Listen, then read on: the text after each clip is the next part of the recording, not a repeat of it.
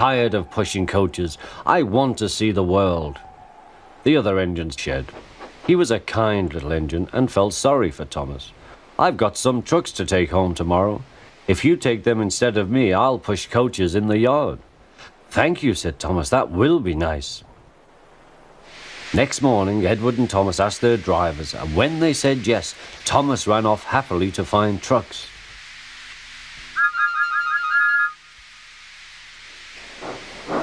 Noisy. They talk a lot and don't attend to what they are doing, and I'm sorry to say they play tricks on an engine who is not used to them.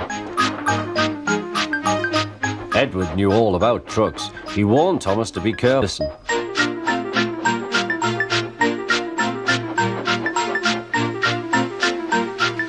The shunter fastened the coupling, and when the signal dropped, Thomas was ready.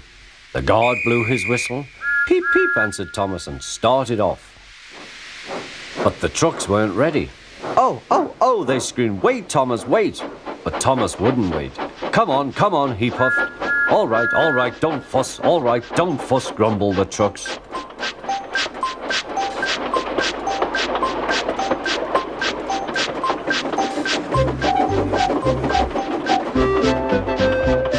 Thomas began going faster and faster. Whee! He whistled as he rushed through Henry's tunnel.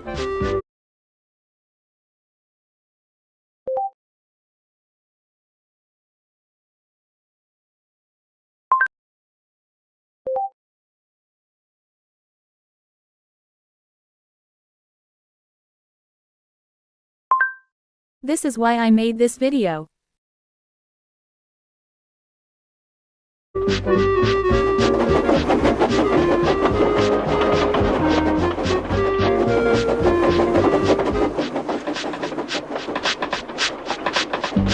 Hurry, hurry, called Thomas. He was feeling very proud of himself, but the trucks grew crosser and crosser. At last, Thomas slowed down as he came to go.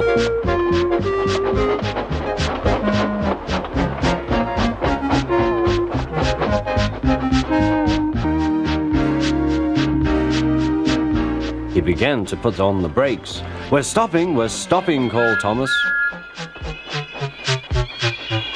No, answered the trucks, bumping into each other. Go on, go on. Before the driver could stop them, they had pushed Thomas down the hill and were rattling and laughing behind him. Poor Thomas tried hard to stop them from making him go too fast. Stop pushing, he hissed, but the trucks took no notice. Go on, they giggled in their silly way.